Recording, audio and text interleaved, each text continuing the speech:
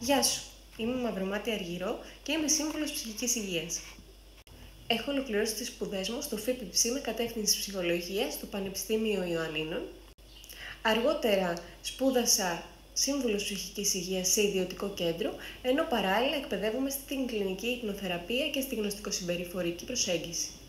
Είμαι εδώ λοιπόν για να στηρίζω ανθρώπους που νιώθουν ότι κάτι τους βαραίνει, που περνούν μια δύσκολη περίοδο στη ζωή τους ή γενικότερα που απλώς θέλουν να γνωρίσουν καλύτερα τον εαυτό τους. Πιστεύω βαθιά ότι ο κάθε άνθρωπος κρύβει μέσα του μεγάλη δύναμη, που αν καταφέρει να τη γνωρίσει θα εκπλαγεί. Θα νιώσει περηφάνεια για τον εαυτό του. Κάποιες φορές όμως χρειάζεται να υπάρχει ένας πολύ ασφαλής χώρος για να μπορέσει να την ανακαλύψει και ένας άνθρωπος που θα τον ακούσει χωρίς όμως να τον κρίνει.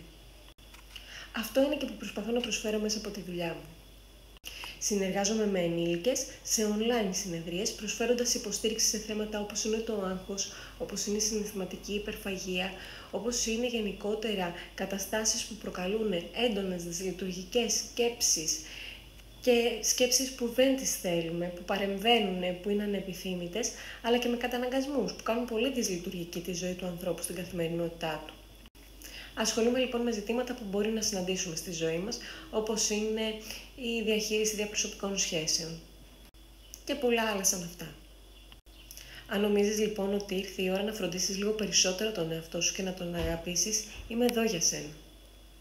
Και να θυμάσαι, είναι εντάξει να μην είσαι πάντα καλά και είναι εντάξει να μην τα έχεις λύσει όλα, αρκεί να προσπαθήσεις και να βρεις έναν άνθρωπο να εμπιστευτείς, που να μπορεί να σε καθοδηγήσει και να διαχειριστείτε μαζί τις καταστάσεις που σε απασχολούν. Σε ευχαριστώ που με άκουσες. Καλή συνέχεια.